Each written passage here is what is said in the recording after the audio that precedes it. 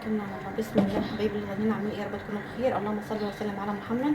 يلا بينا نصلي على نبينا في الكومنتات عشان ناخد كلنا ثواب واجر كتير. اول حاجه معايا سمك.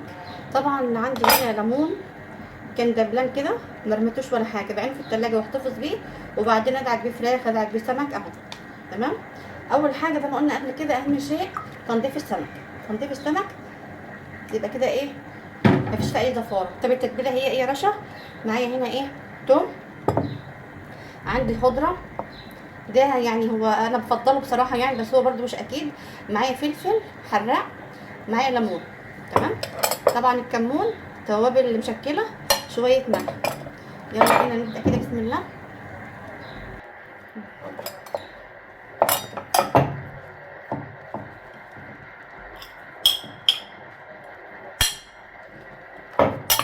الليمون ده هعصره في قلب الايه، بسم الله، في قلب التتبيله هنا. طبعا كده افضل ما تعمليه في الخلاط. طبعا في ناس بتعمله في الخلاط يا رشا واسهل، انا ما بحبش الخلاط بصراحه في حاجه زي كده اهو، ده اختياري. بسم الله.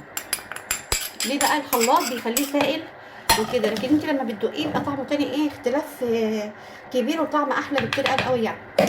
خلاص يلا بقى هندقه كده وايه ونحشي. بسم الله. بسم الله ما شاء الله، بجد احلى تتبيله هتعمليها. الثوم والفلفل والخضره مخلين طعمها ريحتها ايه، ريحتها روعه. يلا نبدا. بسم الله ونبدا الحشو. بسم الله. طبعا هعمل كده اهو اهو، من بره برده نفس الحكايه، عشان برده ايه، يبقى من بره ومن جوه كده طعمه ايه وريحه اهو. هنخلص الكميه ونرجع ان شاء الله. خلاص خلصت الكميه. بسم الله ما شاء الله. طيب يا رشا، الزيت قصدي السمك بياخد زيت، هنعمل ايه بقى عشان ايه يقل نسبه الزيت معانا؟ معايا هنا شويه ميه. هتكب الميه على السمك يا رشا. بسم الله. بايدي كده اهو، واقوم عامله كده اهو، ايدي كده اهو، واقوم عامله كده اهو.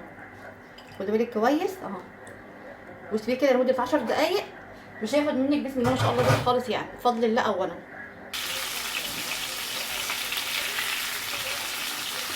بسم الله ما شاء الله. شايفين بقى الجمال والحلاوه؟ بسم الله ما شاء الله.